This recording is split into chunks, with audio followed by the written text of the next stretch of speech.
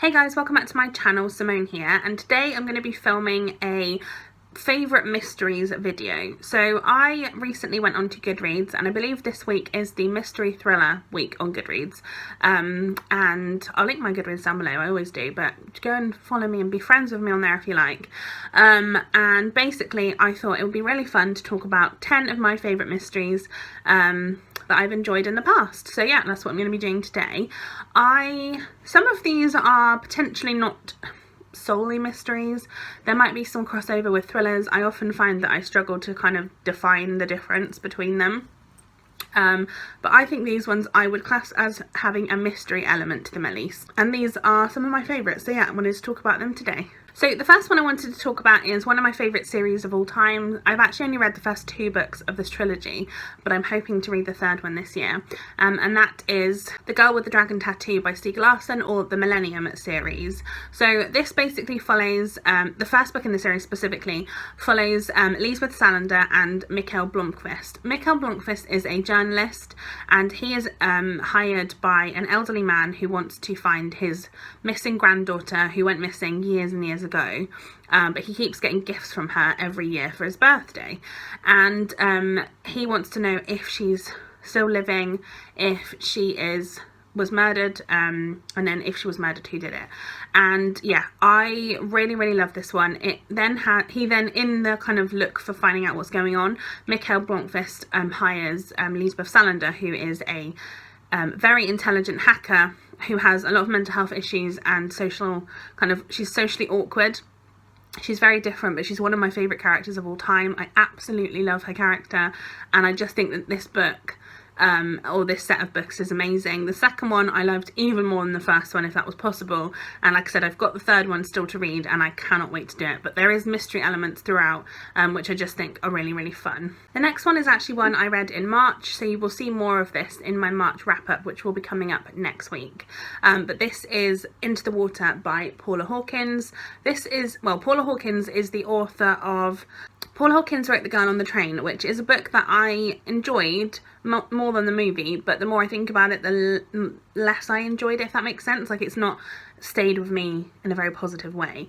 Into the Water I enjoyed much more than The Girl on the Train. It follows a woman named Nell who has been found dead in a pool, which was known as the kind of... witching pool, I guess. It's to do with the Salem witch trials, and Nell was obsessed with the idea of this pool and the number of suicides that have occurred at this pool. And like I said, at the beginning of this, Nell's body is found in the pool, and it then follows her sister Jules, who doesn't believe that Nell would have killed herself. It follows Nell's daughter and how she's reacting to everything. There's quite a lot of perspectives in this, like it follows lots of different characters, but one thing I really did like is that right at the very front of the book there is a list of everybody. So to begin with, I did have to keep kind of going back and seeing who the different people were, but the more you read it, the more that they start to become, you know, who you're thinking of. So yeah, it was a really interesting read. I really enjoyed this one. I think, like I said, this is probably mystery thriller, but I really enjoyed the mystery of this. I think that it was really well done, and yeah, all the different like plot lines kind of came together, and I really enjoyed that. So yeah, I would highly recommend this one. Number 3 is a bit of a different one, and this is not a thriller by any means. This one is Miss Peregrine's Home for Peculiar Children by Ransom Riggs. This is a book that I really want to reread. I have the audiobook of it, so I'm hoping to listen to the audio of it at some point. But I really loved this book. It basically follows a young boy, I think his name's Jacob, who basically his grandfather dies, and he is looking into stories that his grandfather told him, which he believed them to be false. But then he goes to where his grandfather used to live, and he finds certain creepy pictures, and he kind of starts to wonder if maybe some of them were true. What I really love about this, and the mystery kind of, like I said, is of him unraveling what's happening. But what I really loved about it specifically is that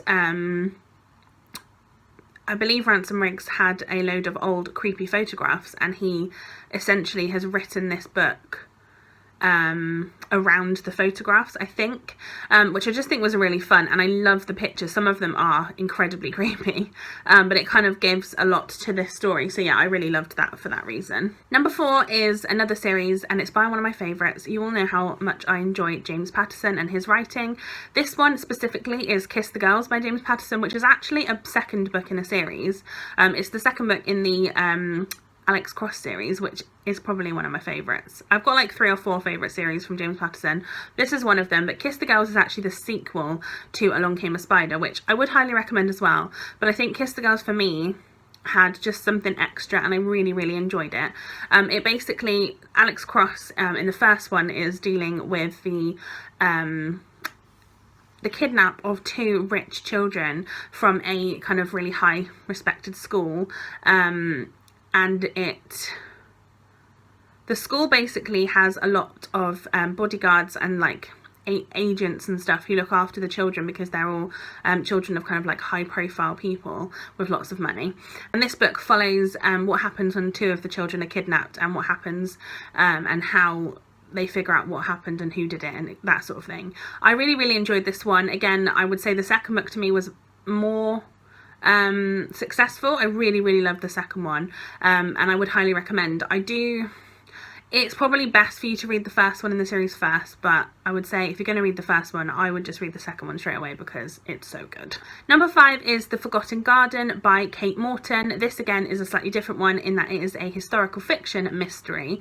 This follows a woman who's, when her grandmother died, her grandmother leaves a cottage in England to her in her will, and she goes to this cottage and she finds that she is going to she wants to go there for a little bit just to try and figure it out before she sells it.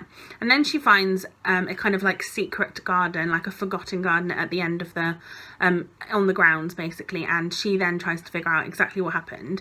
The thing that I love most about Kate Morton's writing is that she often does it in lots of different perspectives.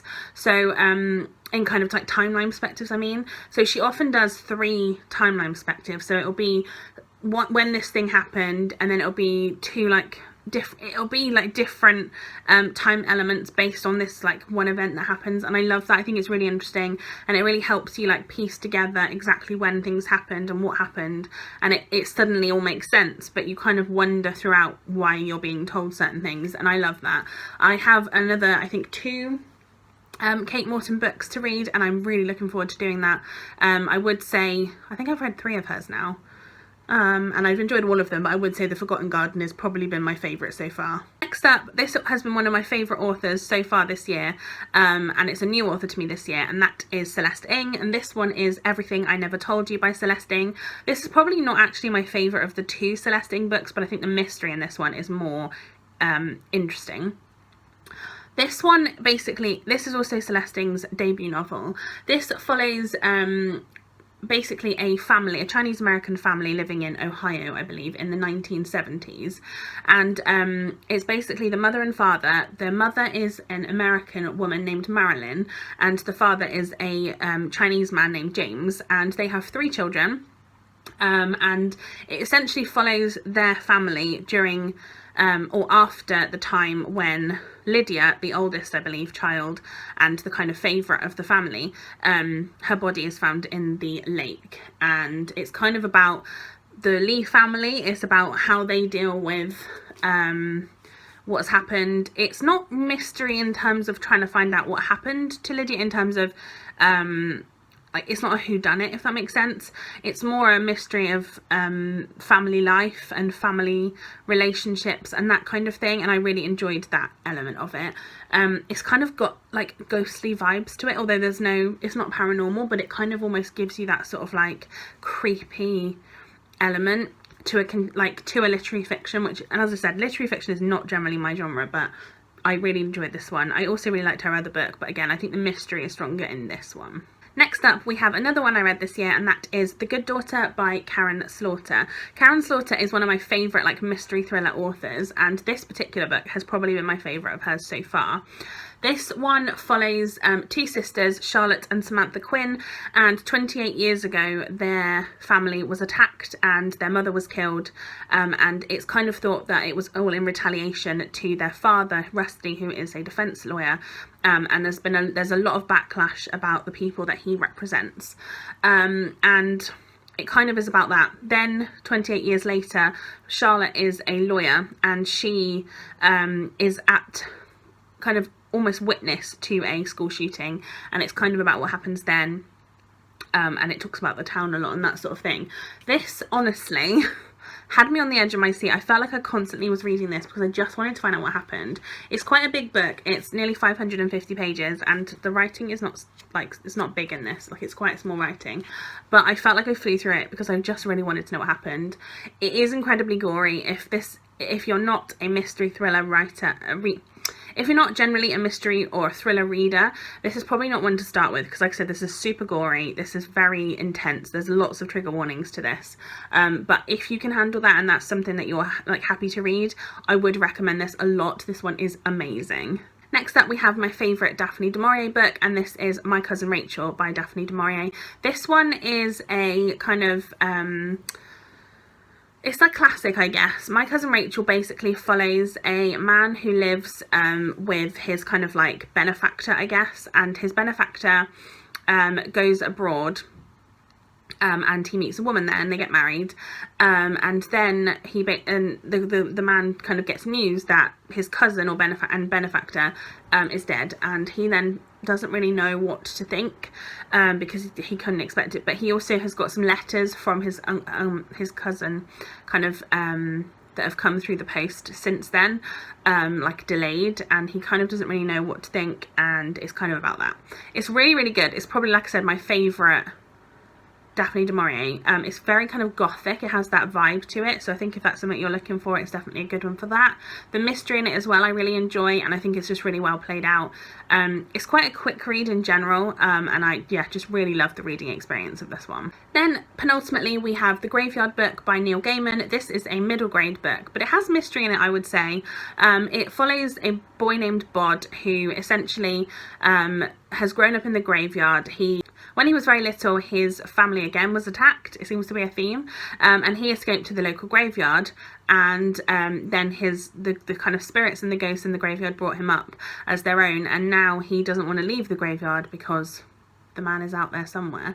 And I really, really loved this one as well. Again, this is a middle grade, so it has slightly less kind of like, it's not as intense as some of the others.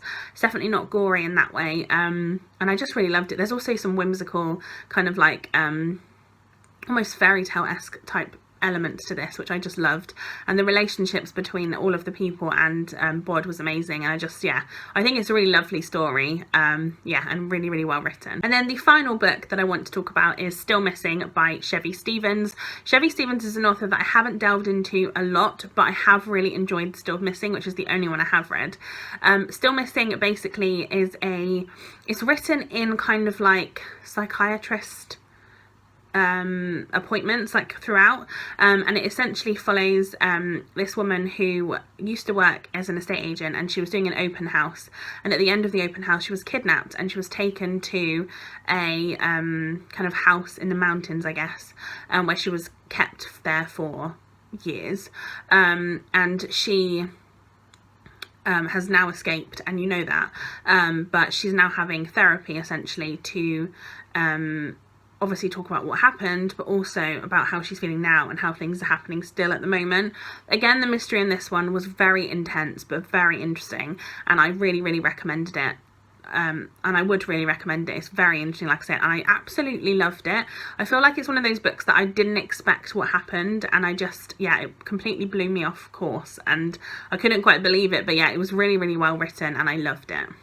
So there you are, guys. That is my 10 favourite mysteries, I guess. This is mystery week, as I said, so let me know in the comments down below what your favourite mysteries are. They can be of any genre other than mystery, obviously, like, because I think mystery, the one good thing about mystery is you can have mystery in lots of other genres, so that's what I especially love about it. But let me know some of your favourites down below. I'd love to check them out. Give this video a thumbs up if you enjoyed it, and subscribe to my channel if you haven't already, and I'll see you next time for another video. Bye, guys.